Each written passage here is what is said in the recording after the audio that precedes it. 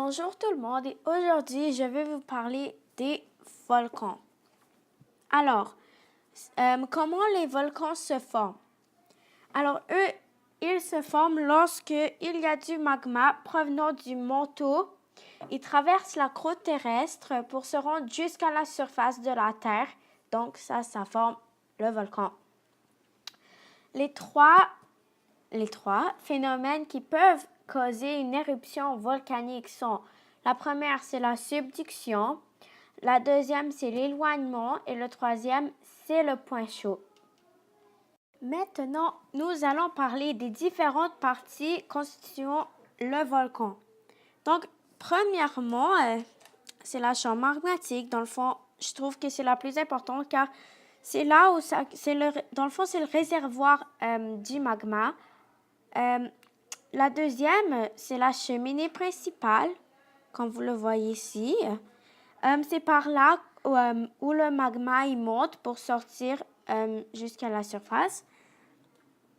Le numéro 3, la cheminée secondaire, mais ça, c'est quelques volcans qui en ont une cheminée secondaire qui peuvent se rendre jusqu'à la surface. Alors, c'est rare que la deuxième cheminée va se rendre à la surface. Donc, le quatrième, c'est le cône, et c'est là-bas qu'est l'accumulation des couches de lave refroidie qui forment une montagne. Donc, c'est là où la lave était refroidie pour, dans le fond, former une montagne dans la forme de cône.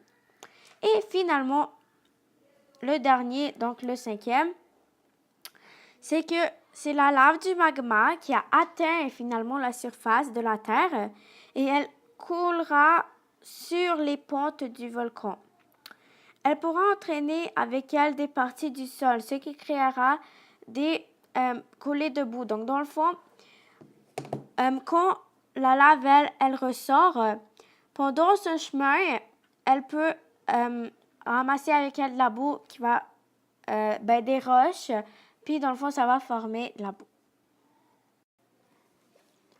Des volcans, il y en a seulement deux types. Le premier, c'est les boucliers et leur caractéristique, c'est que leur lave, elle est peu visqueuse et elle coule facilement. Et il y a les stratovolcans, puis leur caractéristique, c'est que leur lave est vraiment visqueuse, mais à eux, c'est que le magma, il monte pour ensuite couler. Et c'est un volcan super explosif. Donc, si il est en fusion, vous voyez, je ne vous conseille pas de vous rapprocher. Maintenant, c'est quoi? Qu'est-ce qu'elle est la lave? Vous pensez sûrement que c'est du feu, mais non. C'est des roches en fusion qui sont plus ou moins fluides. Donc, c'est des roches qui atteignent le manteau et donc qui deviennent liquides.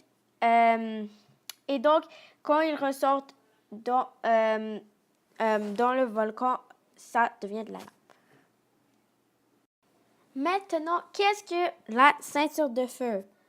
Dans le fond, c'est pas plus compliqué que ça. C'est le tour, comme vous le voyez ici, de l'océan Pacifique. Et pourquoi on l'appelle la ceinture de feu?